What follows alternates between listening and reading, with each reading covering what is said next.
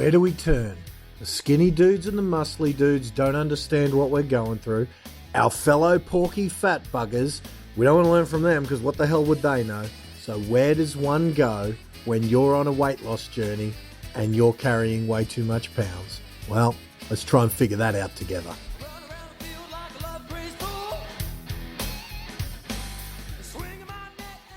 Wow, here we go. Hello. Been a while. Not to you, though. Seems like every time I record one of these, it's been a while. In my head, at least, has anyway. So out walking. Oh, man. I think maybe. So the reason I haven't been checking in a little bit is I haven't trusted my own process. See, I put this out there. We've done whatever it is, 35, however many episodes of this podcast. When it was daily, I was doing the right things and I was upsy-downy, in the weight, upsy-downy, and it wasn't going good. Then when I check in, I don't know what snapped, maybe start of December, so maybe 6 weeks ago, 7 weeks ago. I don't know what snapped, but I was talking to my mate Soa the Hulk Palelei. He's a UFC champion. Look him up, he's just an animal. And he's a big islander, he's Tongan, Aussie, of course, but now, of Tongan heritage. And he's a giant, he's got that islander thing that he can put on weight just by breathing in near a freaking cake, So, the guy told me he can lose 3 kilos overnight. He can lose 20 kilos in a week to cut weight or whatever for a fight and stuff. So I had a chat to him. He was telling me, gave me a few tips and things.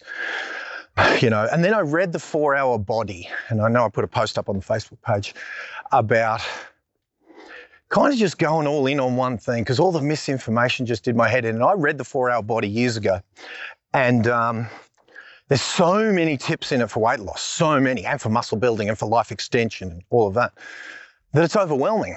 So all I did is I read the first chapter. And for the last 6 weeks, I've been executing the first chapter. I also went and saw Glenn Chandler, who's a really smart dude on the hypnosis side. And I went and saw him. Just one appointment. We barely even did any hypnosis because he's had so many weight loss clients. He's got some very particular methods of helping people with weight loss. So my 3 mentors that have been, look, results are good so far. No, not even so far. Results are good. I'm not even going to say wording like so far. The results are off the chart, and we are now, I think, on the way from fat to phenom. So to help you, let me add some value. This is exactly what I've done for the last 6 weeks. And by the way, in the last 6 weeks, we've gone from, actually, that's probably one of the turning points that I called Soa, is I jumped on the scales probably at the wrong time of the day, probably after I've eaten, probably after I've drunk a bunch of water and hadn't gone to the toilet or whatever.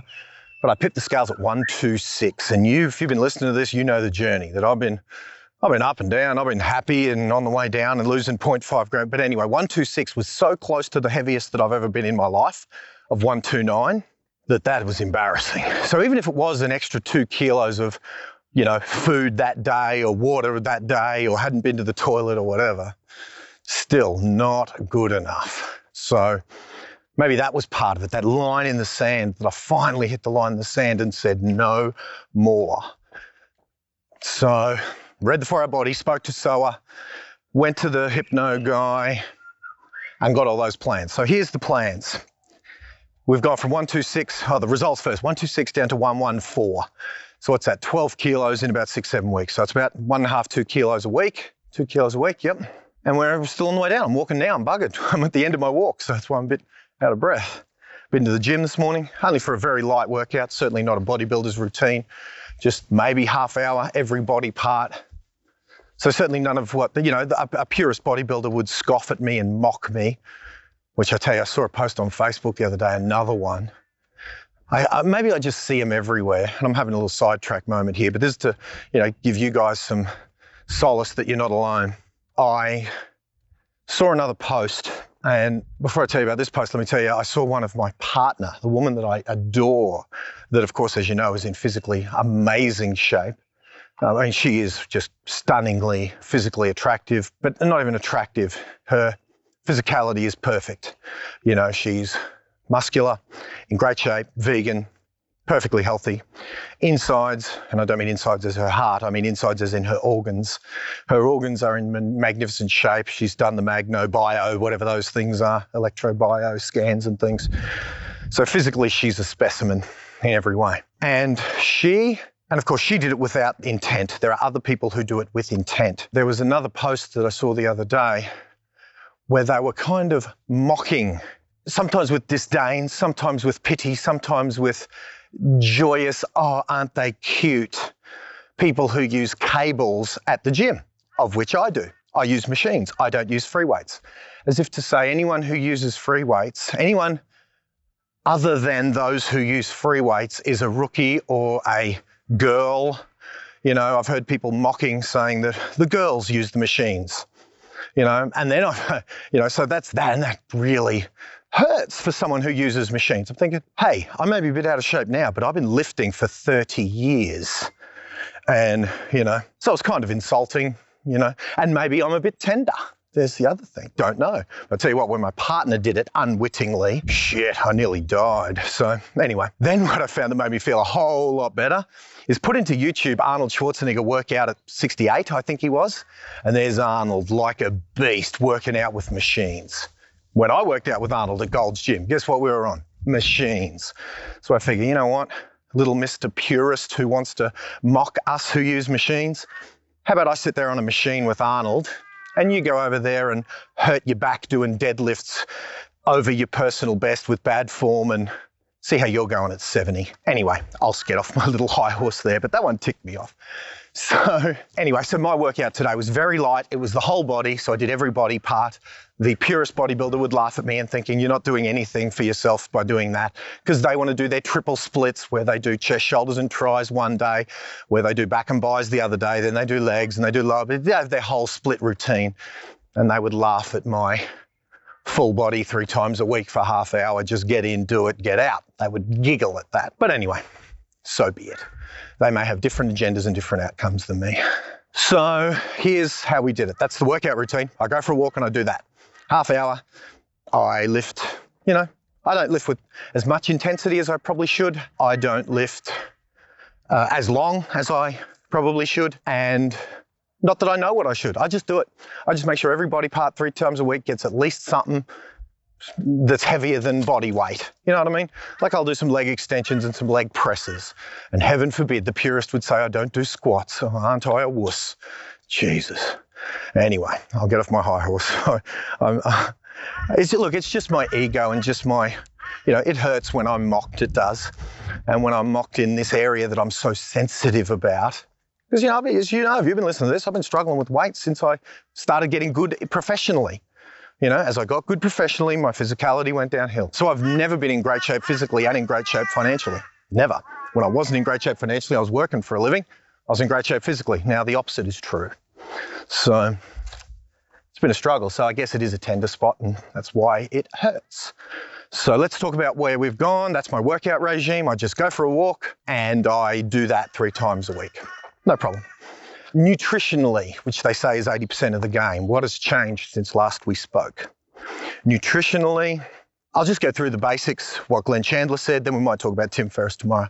So he's saying we need to get, or he's recommending we get, on a high protein, and we use oil, good quality oils for our calories, and not sugar and starchy carbs. Because what he's saying is that starchy carbs, the breads, the pastas and the rices and the et ceteras, turn into sugar when it hits our bloodstream anyway, so it may as well be sugar, is what he's saying. So that's what I've been on. I've been on coconut oil, and again, there's some debate around that and cholesterol, but you know what? There's so much debate, there's so much misinformation. I'm just gonna go on one dude, I'm gonna follow him and Tim Ferriss, and I'm gonna ignore the people who say. So when I say this is not my advice to you. In fact, don't do anything I say because I'm still big and I'm almost certainly wrong. There you go, there's a big disclaimer. But what I'm doing is coconut oil, cooking my salmon, cooking my eggs, cooking my vegetables. So lots of egg omelets with veggies. That's kind of the stable breakfast normally. 3 or 4 eggs. I don't often remove the yolks, and because I was advised, don't know if it's good advice, but he said, don't worry about the cholesterol-y bit. Every time they change their mind about whether eggs are good, eggs are bad, yolks are good, yolks are bad, whatever. So you do whatever you think, but I've just been having whole eggs and vegetables for an omelette. That's been often the deal, and salmon en masse. Used to love salmon, now I can tolerate it. Used to love it because I'm having a lot of salmon. Because as you know, I'm still veggies and seafood and eggs. Dairy will be the next thing to go. At the moment, I haven't ditched dairy, but I haven't had any cheese, but I haven't ditched dairy. Like, for example, if there's a protein shake, and I only got a protein powder yesterday, if there is a protein shake, I'm sure it's still built on milk and whey. You know, I'm sure it's a whey protein. So I'm still on the dairy.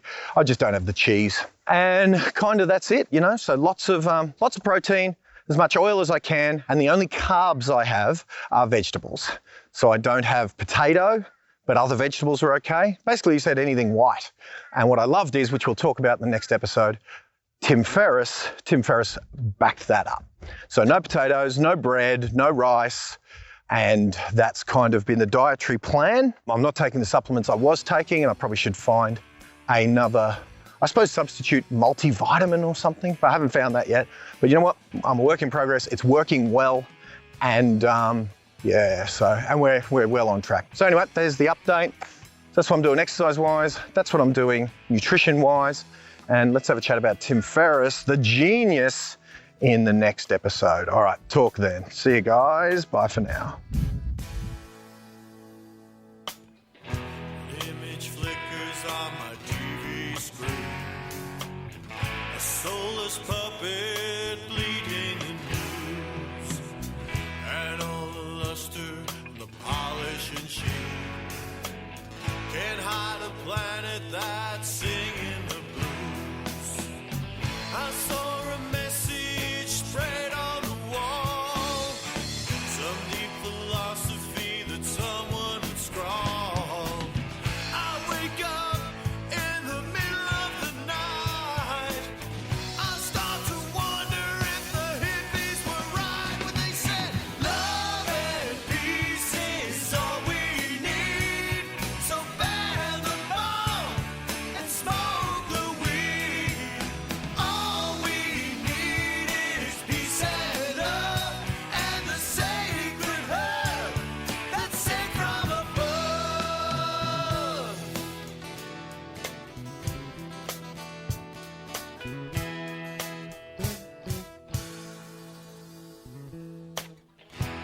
Unemployment and toxic waste. Politicians spinning hot air. National debt and high interest rates. The modern